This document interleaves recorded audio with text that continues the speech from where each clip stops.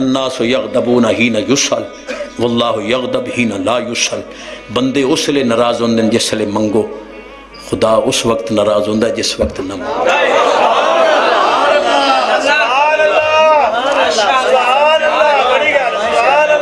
چلو ایک حدیث سونی پڑھ دیں آخر حدیث نال ہی مسئلہ حل ہوندا. لکھیا بھی علامے بیٹھے ہیں کراچی دو وڈے، انہاں دا والد صاحب مفتی محمد شفیع صاحب، وہ دی کتاب ہے کشکول، کوئی لمبی چوڑی بھی نہیں، رسالہ ہے، میرے خیال 150 صفحات دا ہے.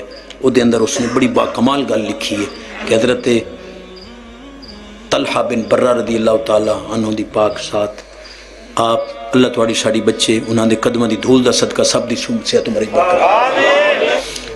آپ نو بڑا عشق آئی طلحہ پاک نو حضور دے نال.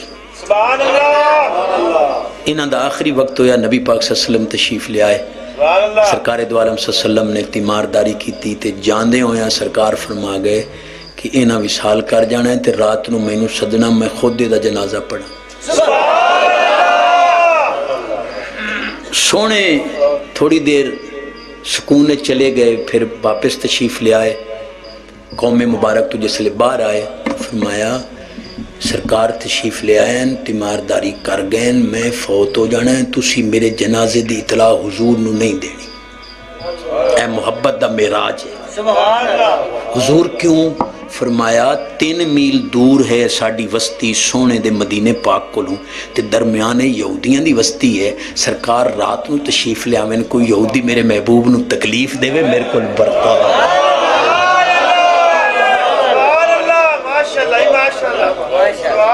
حوالے دا میں ذمہ دار ہوں. چور چوری کرے ہاتھ کٹ دے، مولوی جھوٹ بولے زبان کٹ دے. جیڑا مولوی آکھے میں وکھاؤن واسطے تیار ہاں، پر اپنے انہوں قدم چوم کے وکھائی ساں پرایا ویکھنا پہلو نک کپے ستان دے.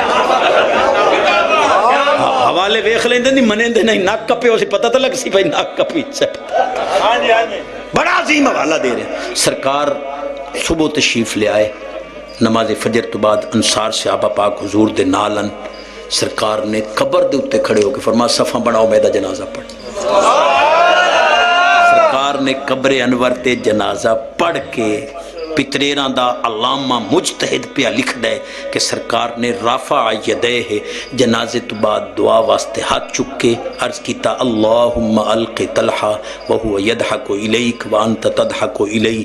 بے نیاز میرا طلحہ تیری بارگاہ آ رہے ہے، کلم وعد اللہ الحسنہ، سارے میرے صحابہ نال تیرا جنت دا وعدہ ہے، تے دنیا چو آ رہے ہے جنت تو دینی دینی ہے، تے یہ بڑا تھکا ماندہ آگے آ رہے ہے، تو انہوں غضب ناک ہو کے نہ ملی، اے تینوں ویک کے مسکراوے تو انہوں ویک